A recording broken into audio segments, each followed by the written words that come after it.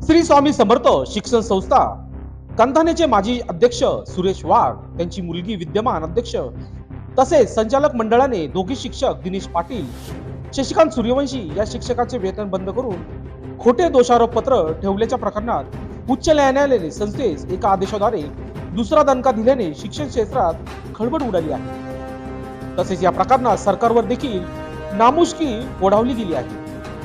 शिक्षण उपसंचालकापासून ते सचिव शिक्षण मंत्र्यापर्यंत दबाव तंत्र वापरूनही संस्था चालक सुरेश वाघला झटका बसला आहे। सुरेश वाघ अध्यक्ष असलेल्या संस्थेची रावळगाव येथे देखील शाळा कॉलेज आहेत। संस्था चालकाच्या मनमानी कारभार वाढतच चालला असल्याने अनेक शिक्षकांनी उच्च न्यायालयात धाव घेतली आहे। ईश्वर नेरकर नामक शिक्षकास देखील त्रास देऊन नोकरीवर काढून त्या जागी आपल्या नातेवाईकास नोकरी देण्याचा प्रयत्न चांगला सांगण्यात आला आहे। शिक्षक दिनेश पाटील, शशिकांत सूर्यवंशी, ईश्वर नेरकर यांचे वेतन बंद केल्याने त्यांच्या कुटुंबाची उपासमारीची वेळ होत होती।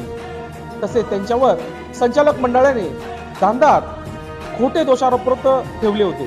त्या चौकशीबाबत देखील मुंबई उच्च न्यायालयाचे न्यायमूर्ती श्री एस चांदूरकर, फिरदोष पी पुनावाला यांच्या पीठाने निर्देश जारी केले आहेत। यामुळे दोषारोपपत्र ठेवलेल्या शिक्षकांना दिलासा मिळाला आहे। या संस्थेचे रावळगाव कंधाने शाळा व महाविद्यालयातील बरेचसे शिक्षक कर्मचारी, माजी अध्यक्ष सुरेश वाघ व विद्यमान अध्यक्ष संचालक मंडळ यांच्या मनमानी कारभाराबाबत उच्च न्यायालयात गेल्याने संस्थेचे पितळ उघड पडले आहे। श्री स्वामी समर्थ शिक्षण संस्था संचलित महाविद्यालये व शाळांमध्ये असाच भोंगळ कारभार असेल तर सदर शिक्षण संस्थेच्या शाळा व संस्था शासनाच्या ताब्यात घेऊन प्रशासक नेमण्याचे आदेश काढू अशी निर्वाची टिप्पणी ईश्वर नेरकर यांच्या सुनावणी दरम्यान न्यायमूर्तींनी केली होती।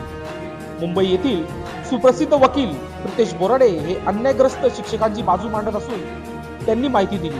शिक्षक दिनेश पाटील, शशिकांत सूर्यवंशी, ईश्वर नेरकर यांनी अधिकाऱ्यांसह शालेय शिक्षण मंत्री यांच्यापर्यंत आपल्यावर अन्याय होत असल्याचे वारंवार पत्रव्यवहार करून देखील न्याय न मिळाल्याने मुंबई उच्च न्यायालयात धाव घेतली होती। एका आठवड्यात वेतन अदा करून दोषारोप चौकशी स्थगिती दिली आहे। तसेच इतर मुद्द्याबाबत संस्थेचे संचालक मंडळाविरुद्ध पोलीस स्टेशन तसेच राज्य सरकारकडे असंख्य तक्रारी होत असून पुढील सुनावणीत मुंबई उच्च न्यायालय अजून कोणते आदेश करते याकडे नाशिक जिल्ह्यासह शिक्षण क्षेत्राचे लक्ष लागले आहे। लोकशास्त्र न्यूज साठी विशेष प्रतिनिधी, मुंबई।